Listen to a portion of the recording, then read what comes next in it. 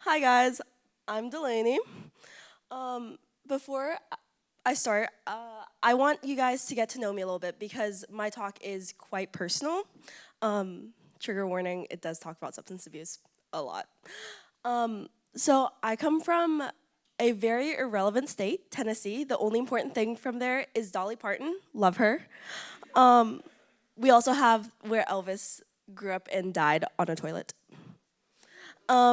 But yeah, so when I was growing up, all I really had to do was go outside, go hiking, spend time with my family, my friends. I started running, distance running at a very young age. This is something that's like very important to my story is that I have been running 5Ks, 10Ks since I was about 7 years old, which is arguably and medically quite young for something like that. I have spent pretty much my entire life hiking. That was my main hobby with my mom. That's over there. Love her. So yeah, I grew up in a very privileged neighborhood. I went to a private school. My dad works a fairly high level job in a university system. I had a huge support system growing up, academically successful because I had to be. But what most people didn't know was that by the time I was 15, I was a drug addict. I started using hardcore opioids by the time I was 15 every single day. I would wake up, take a pill, go to school, take a pill in the bathroom, go to my Catholic school church, take some more pills, whatever, Jesus, bless up. But everyone thought that my life was pretty much perfect. I had stellar grades. I was the captain of multiple sports teams. I did internships and what are they called?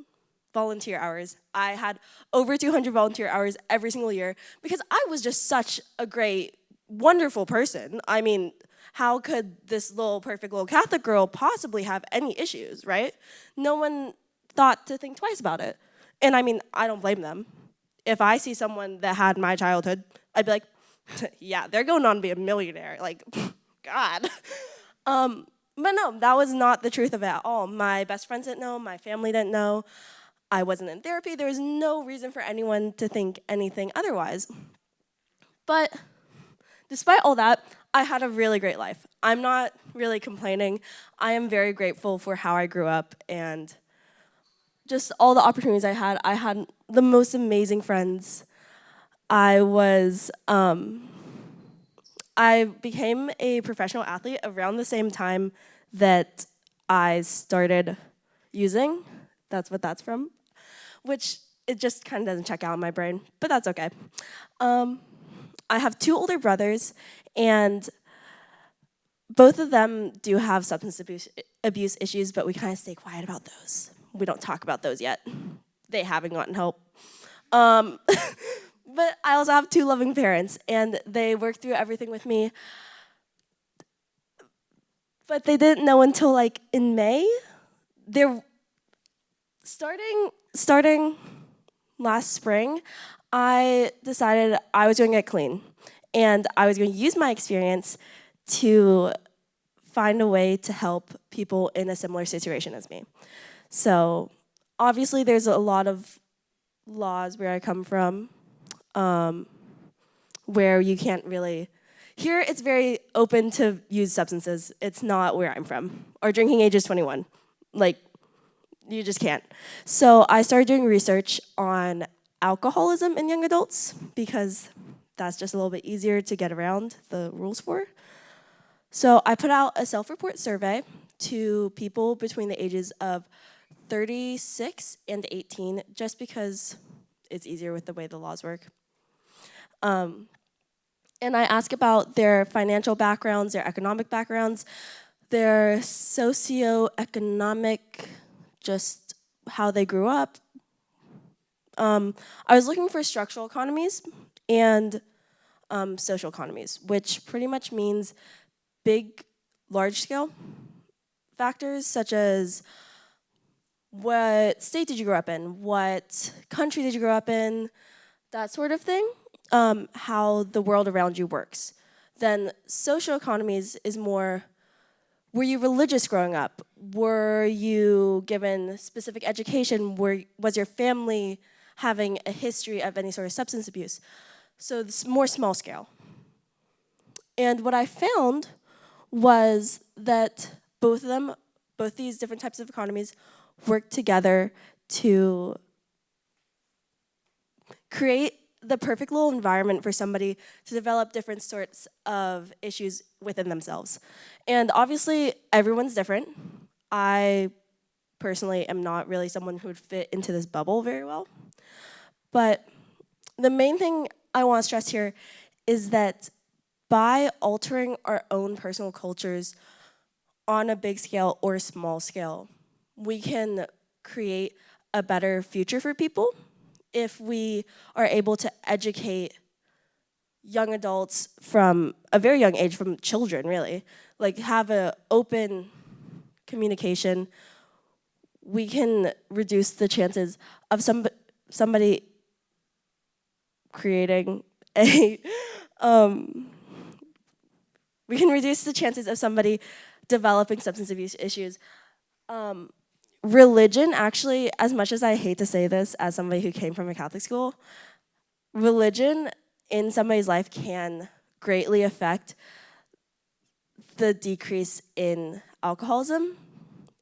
Catholicism is actually an outlier in this as it leads to more drinking. Yeah, my mom would kill me if she heard that.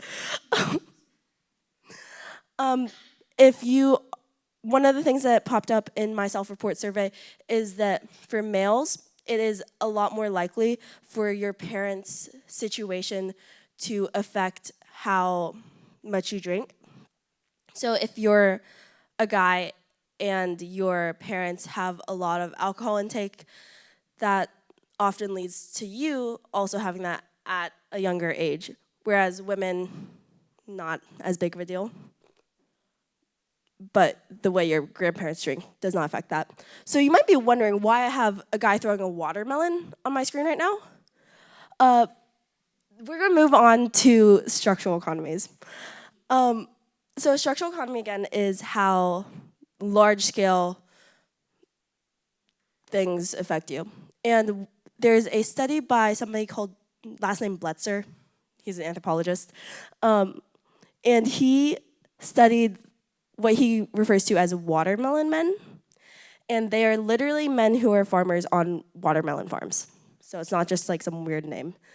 But what he found was that in a lot of agricultural companies or industries, people who work on farms, them, they have a lot of alcohol issues because it is completely normalized in their culture as watermelon farmers to go out for 12-hour days, work on the land, go back home, and then just like down as many drinks as they can. And it's totally normalized there, and it's completely acceptable. People join this industry and are like, yeah, I'll become an alcoholic if it feeds my family. Is that not a broken system? Like, that's so screwed up. Nobody should ever have to commit to having this sort of lifestyle in order to just feed their families. On the complete flip side of that, there is a study of the Camba in Bolivia, this little community, and they have, just as an entire society, they drink 78% alcohol every single day as just their normal drink, the same way we might drink wine or beer. And they just think it's normal. But they go off to work the next day, they don't show any sense of alcoholism, their brain chemistry hasn't changed, and they can sip this the way we sip wine, and they're fine.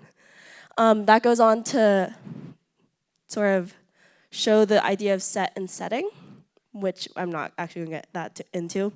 But basically, the way that we treat each other and set expectations for each other regarding substances completely changes how we might develop later on. So if we are treating alcohol as something that you can only have as something to like get really drunk, go have a party, then you're going to end up developing bigger signs of misuse.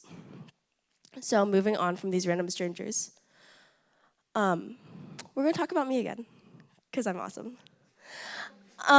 So again, I was pretty far into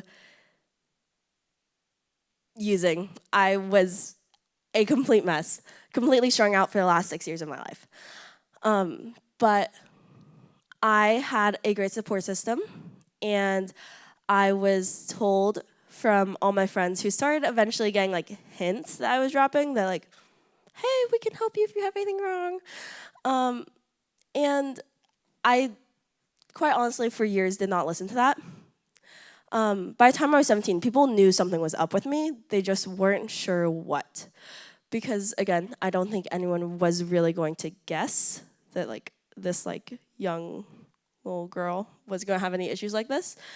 But the main thing that helped me was that that option was available. Nobody pushed me to be like, you have to go get help, you have to go rehab, you have to go to therapy. No, they were just like, if you need someone to talk to, I'm here. I'm not sure it's wrong, but I'm here. And I think this is a really great way to approach substance abuse as a whole.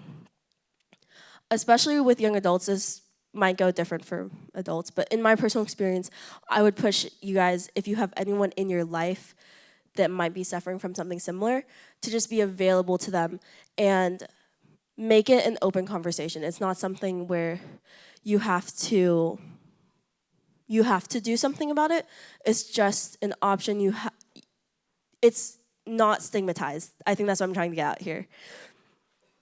Substance abuse is not something that you should be ashamed of. It's a disease, and it's something that is preventable.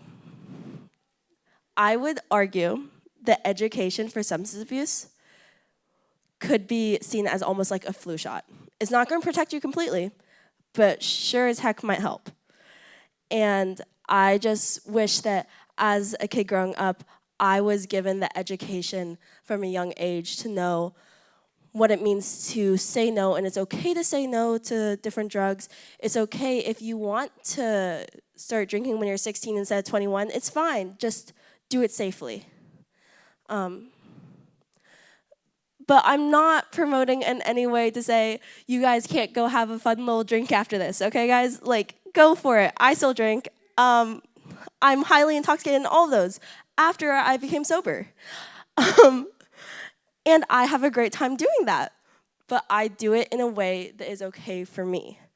I can go out and have some drinks with my friends as long as I know I'm going to get home safe and they're not going to let me roll over on my back throwing up.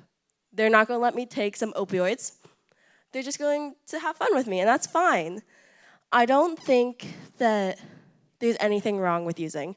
I think what's wrong is that we have a society that allows us to make it completely normalized to say, no, you need to have another shot. No, that's not okay. Don't be a jerk. Have fun, support your friends. Do not pressure anybody into anything. Consent is important. So yeah, just be aware. Addiction affects literally everyone. Again, like, are you kidding? That child is going to be a drug addict? Look how cute she is. So yeah, addiction looks different for everyone. It shows up in different ways. Not everyone's going to have track marks on their arms. Some people are going to go work every day. It's going to be completely fine. So that's all I really have for you guys. I just want to remind everyone, be responsible when using any sort of substance, including cough medicine. And be kind to yourself and others. Thanks. Woo!